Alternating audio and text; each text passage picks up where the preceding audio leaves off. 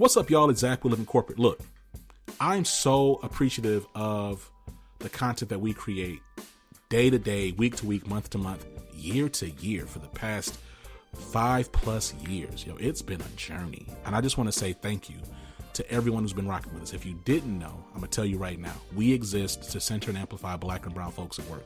And we do that by having really frank, authentic conversations. Think about like the conversations you have with a friend or a colleague or a mentor or aspiring mentor or mentee over drinks or coffee or whatever. It's when you're really having those real conversations about career and life and navigating the workplace. I was not privileged to have a ton of those conversations, but the 5 that I did really blessed me. Now I'm playing. I had more than 5. I mean, come on, I've been working for a while. So I've had more than 5. It feels like I feel like I can count the really authentic conversations though on one hand. And I just remember years ago thinking about what does it look like to bottle that up and make it accessible to thousands of people, because everyone isn't privileged to have someone that looks like you pull you aside over coffee or just on the side and give you the real talk. And that's what Living Corporate is all about. Yes, you're listening to the flagship show, but Living Corporate is a network of shows, and everything that we do is based around authentically centering and amplifying historically marginalized voices at work by investigating, interrogating the systems, and imagining a better, more equitable place to work. Yes, we fall into the diversity, equity, inclusion space, but we don't really use that language like that because a lot of that has been co-opted, watered down, and centered around people that don't really need it.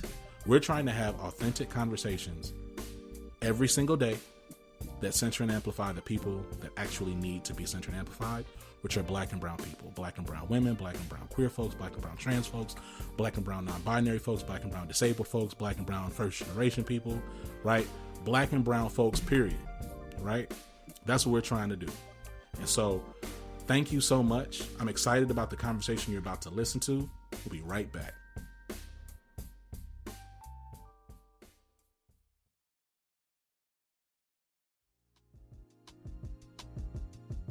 James Boggs. Hello. What's going on, man? It's fantastic. How are you? I'm good. I'm gonna be honest. I kind of feel like I'm talking to the guy behind the velvet curtain right now. Well, that's flattering. Thank you. You're welcome. For those who don't know, why don't we talk a little bit about your background? We're gonna talk about Spooler. Don't worry. We're gonna talk about that. Sure. But let's talk a little bit about your last role at Apple and like what you were doing at Apple. Yeah, thanks. Well, I wanted to say, first of all, I appreciate the invitation to appear on your program, and great to chat with you one-on-one and with your audience. Thank you.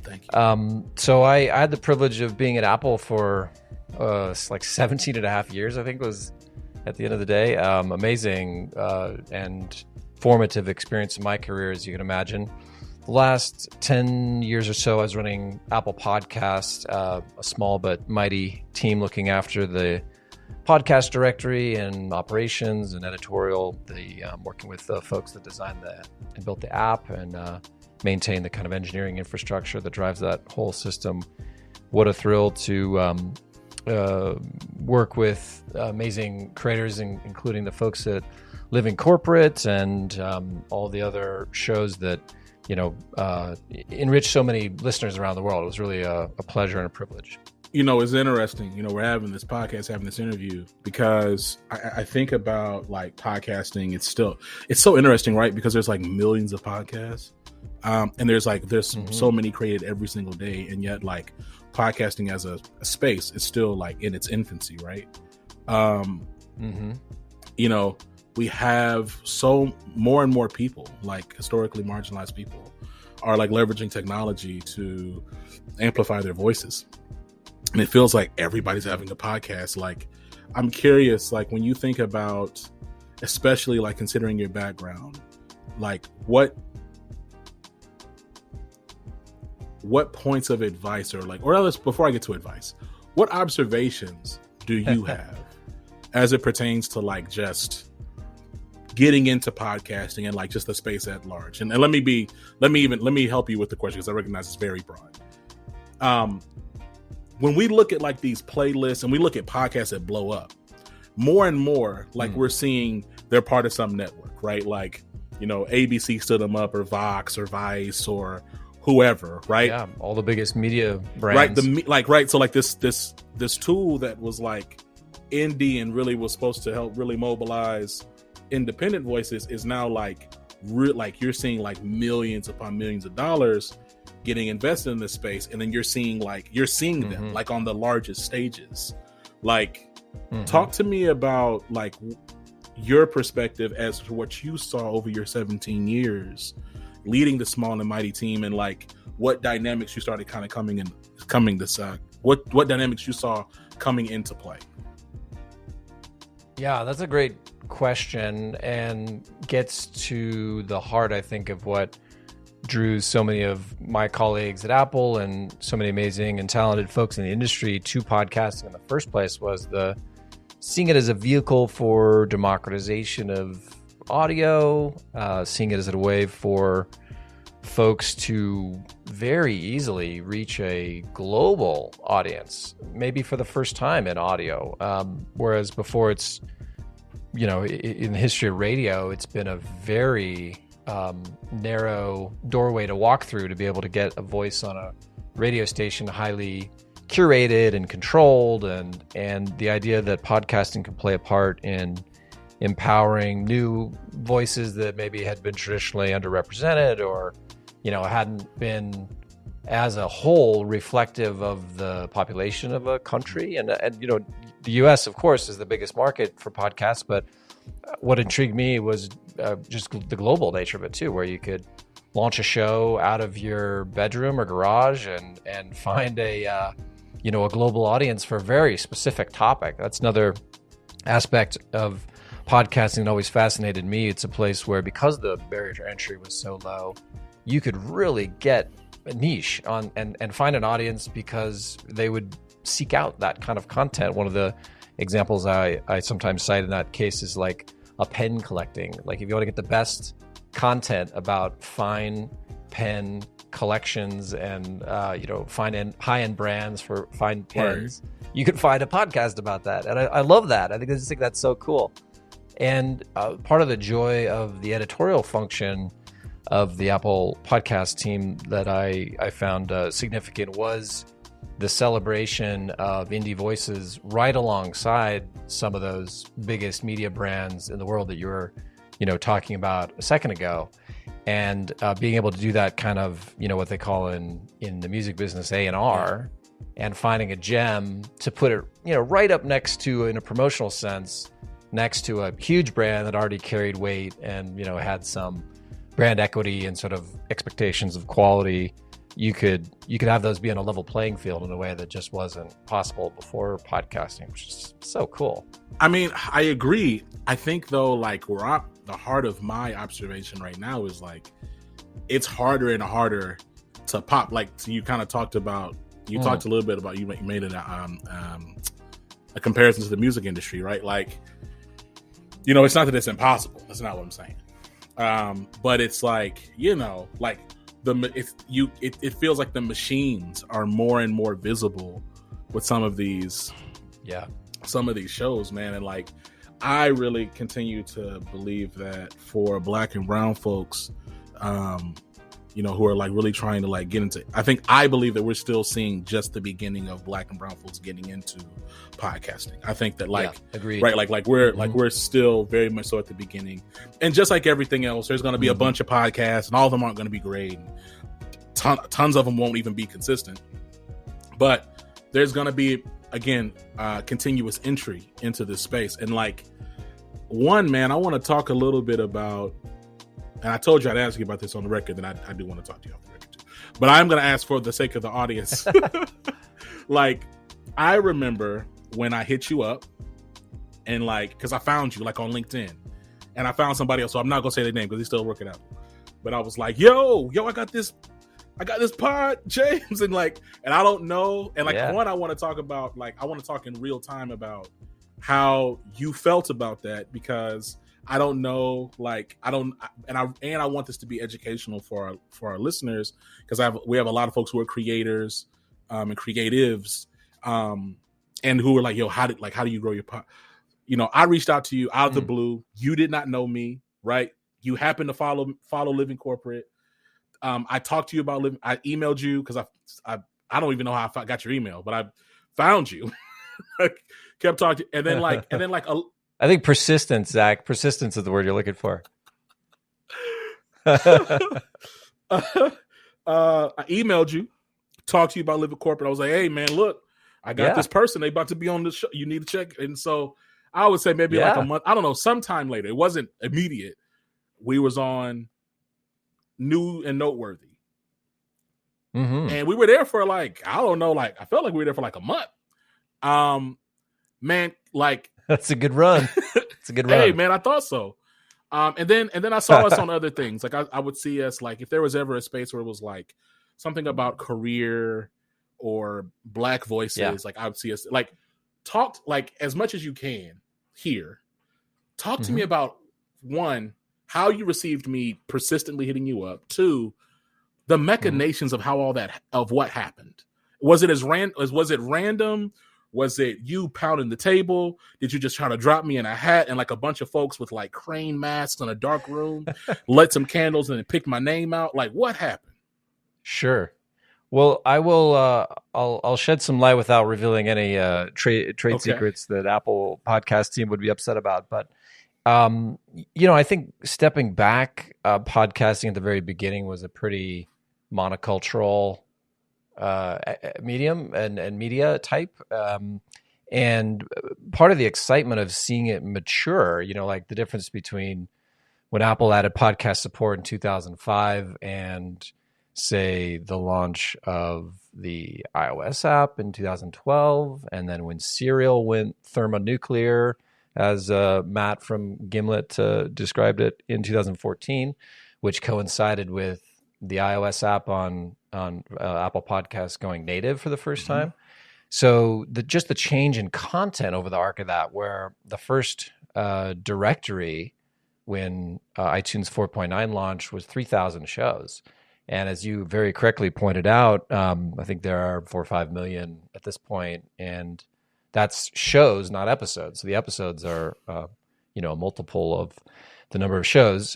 So by definition and by character over the arc of that 15 years, now 17 years, we saw a greater diversity in the shows and the content base being more representative of the populations of folks that were, in the countries where podcasting was popular. So it was a specific effort to try and make sure that the editorial being presented was reflective of the society that we were part of. Like the service got to that level where it's not, we're not trying to be niche here. We're trying to have something, a little bit of something for everybody, an editorial perspective and comment where we could, as kind of I was alluding to before, you could blend big media brands that dominate, magazines and terrestrial radio and TV and movies and stuff, and participate there and have brand momentum and value and equity with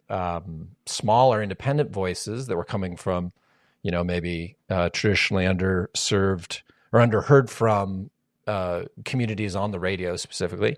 And how could we make a compelling editorial offer to make sure that we were reflecting and also trying to attract people from all the different parts of the society that we were trying to market to? So that was, I think, a great example of some consistent marketing, pitching, and promotion that once, we kind of became aware of your show, there's a team that handles those inbound requests, and you can, I think, find in the modern times a form on the Podcast Connect interface that Apple maintains for podcast creators, and that has a pathway to submit your pitch form for promotional consideration. And I think what you were doing kind of back in the day was a prototype version of that with an admirable degree of tenacity.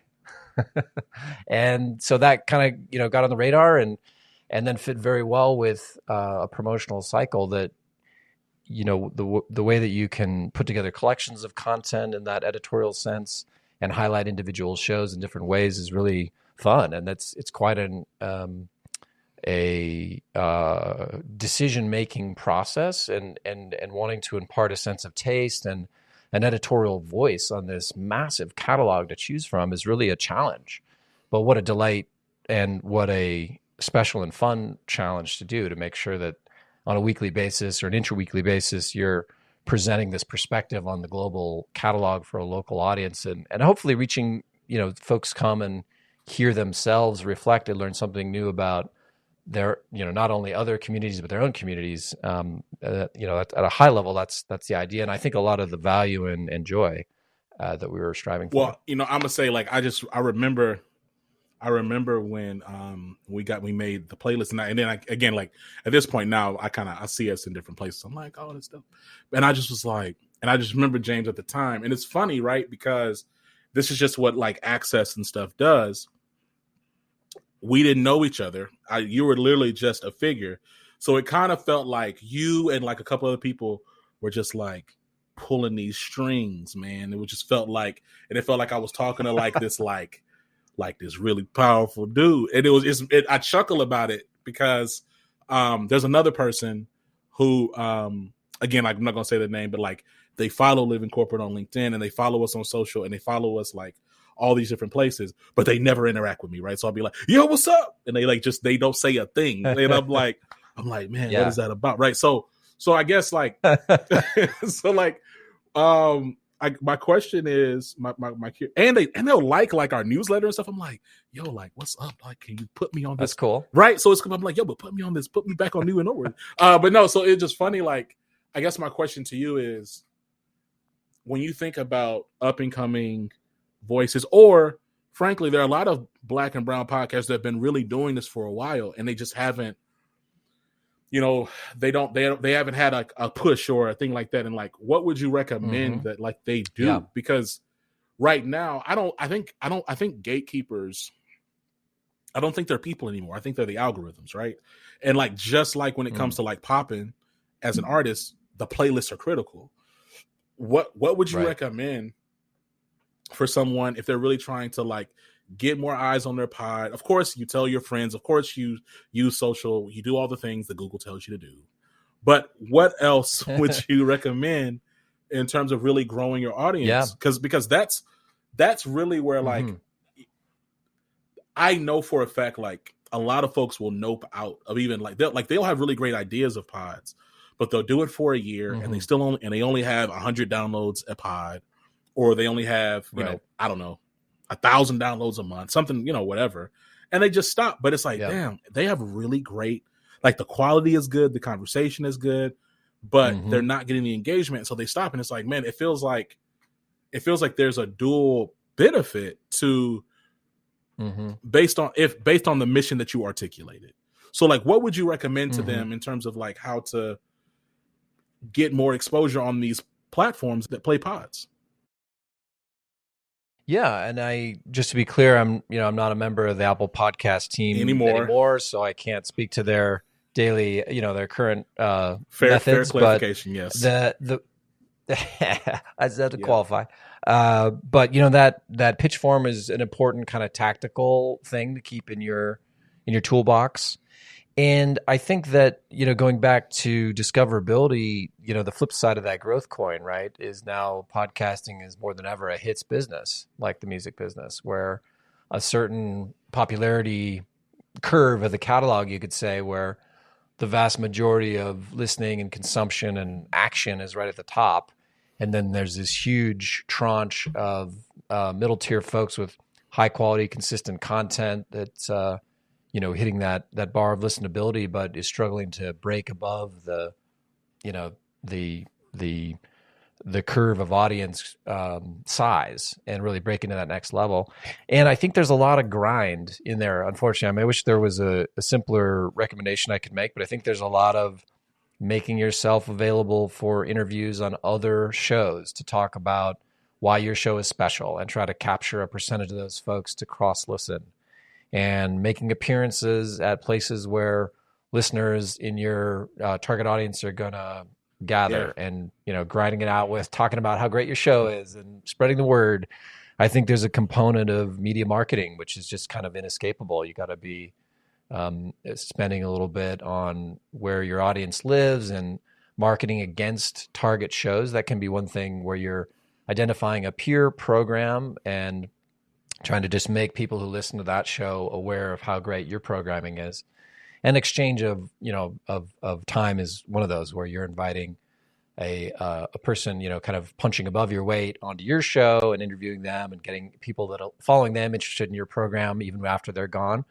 But that's all grind, man. I don't have a lot of cut to the front of the line advice for you, but quality is also the thing I would emphasize, and just making sure you're delivering an excellent product for your listener. Like I don't know anything more important than that. I was gonna say, like, I think that is like the non-sexy advice, though, right? But like with podcasts, like media across the board for sure, but podcasts, it's just like, bro, you just gotta go. You just gotta go, right? Like you gotta keep, And I remember there's this guy I was talking to. His name is Rod. There's a show called The Black Guy Who Tips, with his wife, Karen. And we talked early, and I said, and this was like when I was like on pod like number 5, like I was on episode like number 5, and he was like, "Man, you just got to be consistent. You just got to like literally don't miss. Like just keep going for a long time." Well, look, I appreciate that. Like a little meta. I think that's great advice. Tenacity. Mm-hmm. You know what I'm saying? It is what it is. Like now, look, a little meta, but I was like, man, I can't believe I'm about to get this dude James on the pod. So I'm going to ask him on the record about what in the world happened. Because a bunch of black, I'm going to tell you straight, a bunch of black and brown podcasts was like, how did you get on there? I was like, I just found them on. What's your inside? I was like, I don't even know this person. And like, I was like, I just literally searched podcast Apple on LinkedIn and then sent a bunch of in messages. Like that's all I did. So anywho, I agree. The intake form is super critical. And there's something else you said though about hits though, right? Is like, one thing that we still don't do, but like we should, is we interview like really dope. Like we had an interview with W. Kamau Bell a month ago, right? In hindsight, we should have like used the submit form and be like, yo, we just interviewed W. Kamau Bell. Like, check this out. Like that would like, it's about like being tenacious, even like using the tools, right? Like, so. Well, and there's a timing element to that as well, Zach, where you land a really great, like if yours is an interview show, and you land a really special, this is the best thing this year that we've done.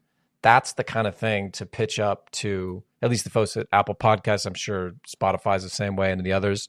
But that extra special thing you're excited about. The other tactical advice I would give is making sure that you're pointing to the platform you're pitching on your marketing. Even if that's free, marketing on social where you're tweeting about something.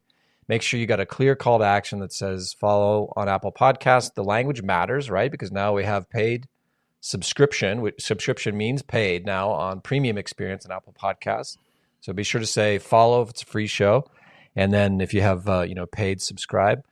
And that's really appreciated because it's much better than say, everywhere you get your podcast, which is like the most bland and useless CTA you could have it. That's kind of marketing 101, but even doing something like, one tweet for Spotify, one tweet for Apple is a good pointer in, basics of marketing. And then when you're pitching, you can say, look, we're directing our small but mighty following to, your platform, which is part of the overall goal there. So, I think it's some tactical techniques that you can bring to bear.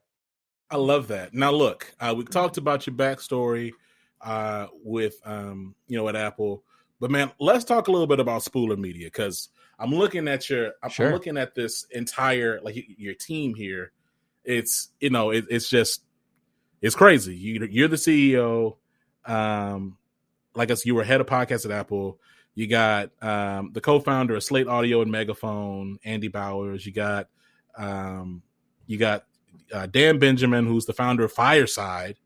And the 5x5 Podcast Network, who's your CTO. And then you got Carrie Donahue, who is a former EP at WNYC. Like, you have this, like, crazy, like, team of just who's who in podcasting. Tell me, like, the impetus to exit and build Spooler. Talk to me a little bit about like why Spooler, why Spooler, why today? And then the last question, I'm gonna remind you because you're probably gonna forget because I asked you two big questions. The last question I'm gonna ask you is, what is Spooler doing to help amplify Black and brown voices in media? So those are my three questions. Okay. All right, let's go. Yeah, sounds good. Well, let me see if I can remember all that. So, after such a long a run at such an amazing company, I really appreciate and value my experience and the people I got to work with at Apple after such a long time. As I said, very formative in my own career, and trying to be a learner when I was there the whole time, and making sure I was seeing the way these world-class operators ran teams and did marketing and thought about product, and then was really inspired by that. And I at the same time was looking for some new challenges and an ability to really tightly focus on a narrow set of problems that I could work very closely with a product team and an engineering team. And so identified the launch of subscriptions and Apple Podcasts as a great moment to step back and tackle some new things outside the company. It was a great opportunity to connect with industry colleagues, including Mr. Bowers, who was a OG podcaster from, actually before iTunes supported. He was making it that early, and one of a very small crew of folks that have been there from the very beginning. In his case, it's Slate Audio, and so he was looking for his next thing. He had co-founded Panoply, which became Megaphone, and exited to Spotify in a spectacular development for them. And so the opportunity to partner with him and then his buddy, Henry Blodgett, who they know back from school, who of course has Insider and that amazing digital news native organization, wanting to do something in audio. And we identified this great opportunity to start with a clean sheet kind of production publishing workflow to enable audio creators to rapidly produce podcasts and audio for apps. And what a cool challenge. Traditionally, what I would regard as a weak part of the podcast overall infrastructure, RSS 2.0, is notorious for slow indexing, right? Back in the day, you've been in this space long enough, you probably remember when it took a long time to get a new episode to show up on the platform. It was so anxiety-inducing, dog. Yeah, and you're checking it, you're refreshing, and it's not there 6, 10, 12 hours later even. But that not everybody knows that is history. It's a lot of that technical debt has been retired. There's been really a lot of great advancements in rapid indexing with an investment by the platforms. And so, our analysis showed that it was a matter of minutes now before, if you really had a good metadata scheme, new episodes were showing on the platforms. So this created an opportunity to stand up a new company that was dedicated towards, what we like to call real-time audio. And it's bringing the best of live radio, but on demand like podcasts. You get that immediacy, the ability to cover, in the first use case, headline news, breaking news in a way that was very fast, but it was always delivered in the context of a show where it's, scripted and it's crafted and has an arc to it, rather than, with like live radio where occasionally you're dropping into the middle and it's starting on the clock instead of your schedule. So that's the thesis behind Spooler. And a couple of the architectural decisions we made in service of that thesis include modularity. So it's basically a playlist. It's a very sophisticated playlist maker, is the CMS. So you take segments of stories, and it's very easy and rapid to create a new episode of a show, especially where you have a show that's templated, and you can clone it inside Spooler, make a new episode that has the same template in terms of looping music bed or sound effects, intro and outro, and then replace the fresh content very quickly. So we started with real-time news, and we've added weather with Fox Weather News Corp team. We've just signed Chicago Public Media and Southern California Public Radio to new projects that they're working on. We've got an app customer in Circa app from the Frequency Machine team and some others. So it's a really gratifying experience to be delivering an efficiency tool and a new capability for these amazing content makers. And it's been a real privilege to partner with, as you point out, like what a dream team, right? I feel like maybe Danny Ocean putting a crew together, or maybe like Hannibal from the A-Team. Maybe that's better. Like I love it when a plan comes together, and we got these rock stars, including Dan Benjamin, our CTO. Wow, if you could land that guy, he's another OG. Thousands of broadcast hours in podcasting. Plus, he's an amazing engineer. So Andy and Carrie and Colin, our senior engineers, actually ex-Apple as well, and then Mr. Scott Simpson, who used to be my colleague on Apple Podcasts. So a really fantastic group to work with. One of the things we're doing to empower different voices is our take on social sharing for audio.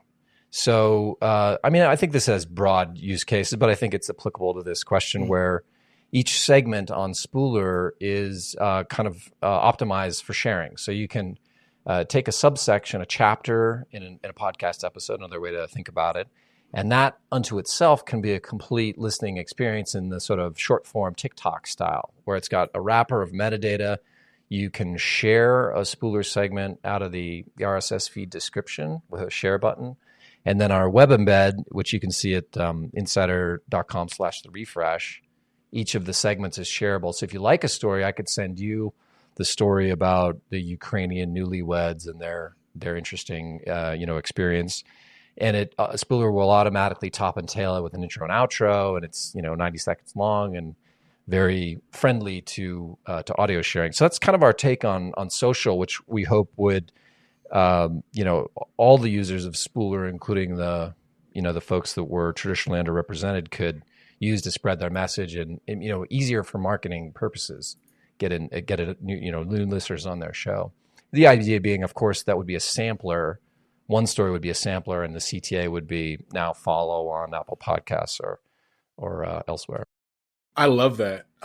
First of all, it's interesting because I'm looking at the website and just like the functionality. When you think about podcasting or like just audio in that way as like a learning modality, I have so many ideas and questions about application for brands who want to let's say work with a branding company and like publish a bunch of different spotlights to really drive employee engagement. Or if they want to like use it as a bunch of marketing copy to talk about why a particular demographic should work at their company, like being able to quickly like organize audio and like, that's really dope, man. That's super exciting. Sounds like we should have an off mic. I'm saying, I mean, maybe James, I don't know, perhaps.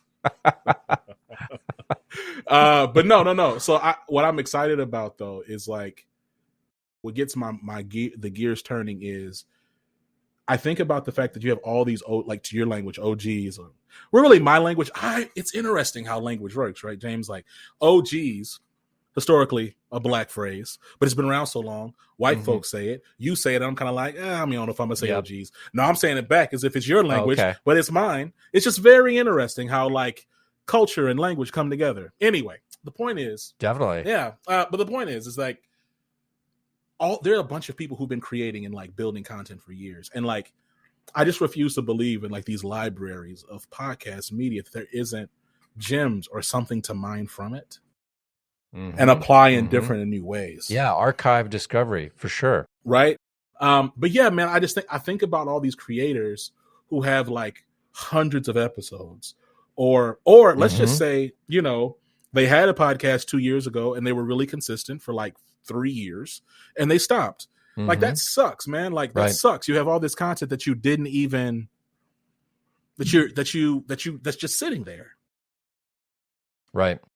Yeah, discoverability. One thing that some of the platforms, including Apple, are doing is doing automated transcription for discovery. It's not, as far as I know, it's not the whole catalog, but having a part of the catalog made, driven by whatever KPI, popularity, or what have you, be indexed with a transcript and then topic and keyword enabled for search is a really cool way to help with, exactly as you were saying, like getting the gems and value out of the archive, where as a marketing exercise, you're probably not focused on last year's, February episode, but it might be very relevant to something that's going on today, especially in an interview context where maybe you've got the last interview with an amazing talent that is no longer with us, and you either got to put that as a new episode in your feed to get it to the top of the list and then make it visible, or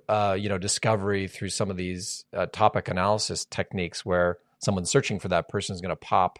And I think there's a lot of potential for kind of credits and person IDs as a vehicle for discovery in podcasts that's relatively unexploited. I was very happy to see the Podchaser guys do so well on that. I mean, how well they built that out, the IMDb of podcasting, and then their exit.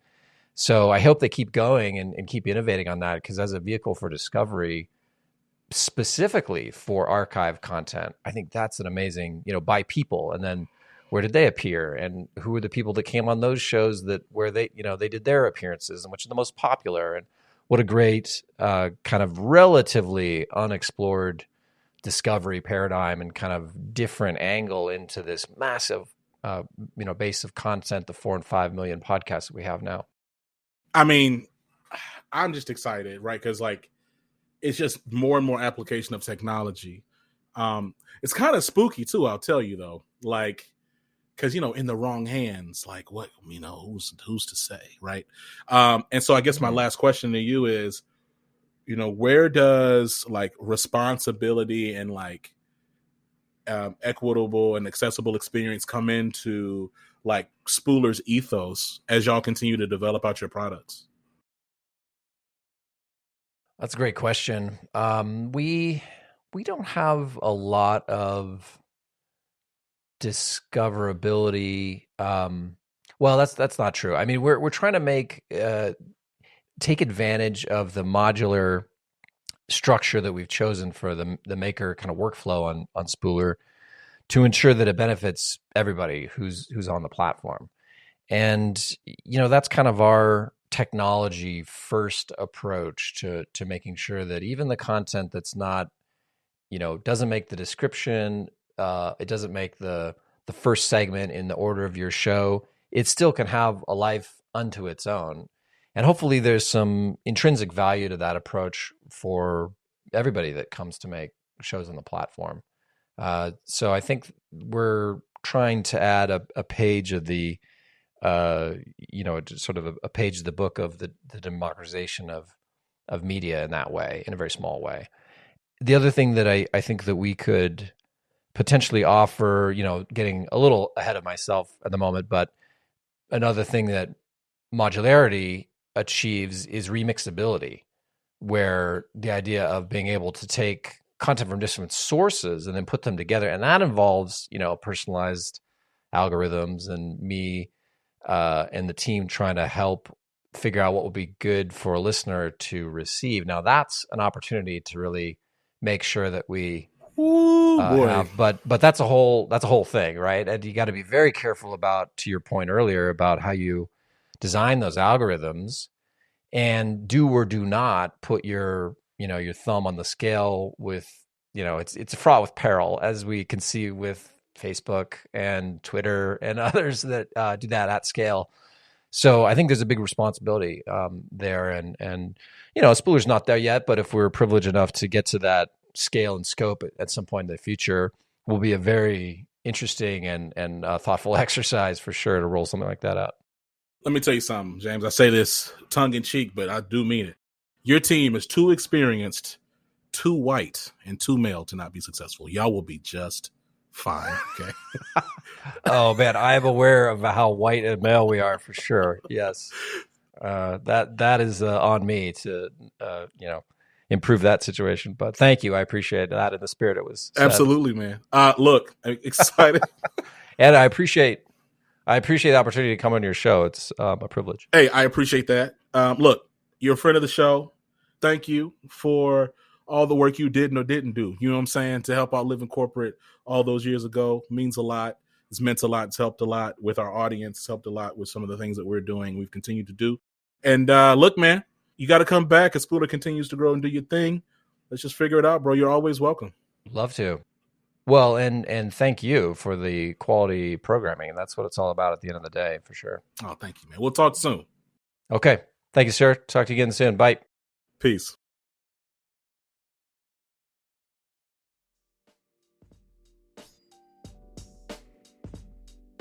And we're back. Yo, thank you so much for listening to Living Corporate.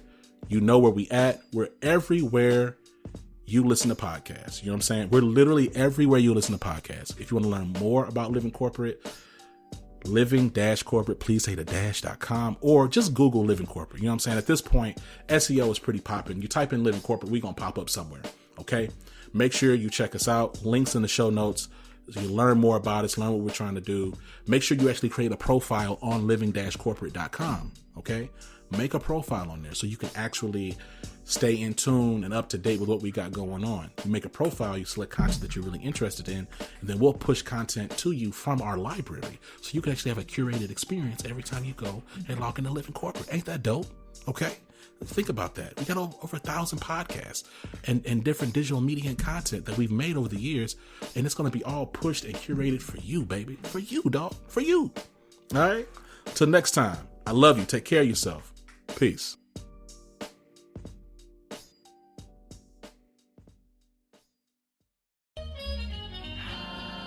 Living Corporate is a podcast by Living Corporate LLC.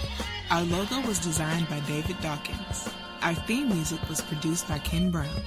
Additional music production by Antoine Franklin for Musical Elevation. Post-production is handled by Jeremy Jackson. Got a topic suggestion? Email us at livingcorporatepodcast@gmail.com. You can find us online on Twitter, Facebook, Instagram, and living-corporate.com. Thanks for listening. Stay tuned.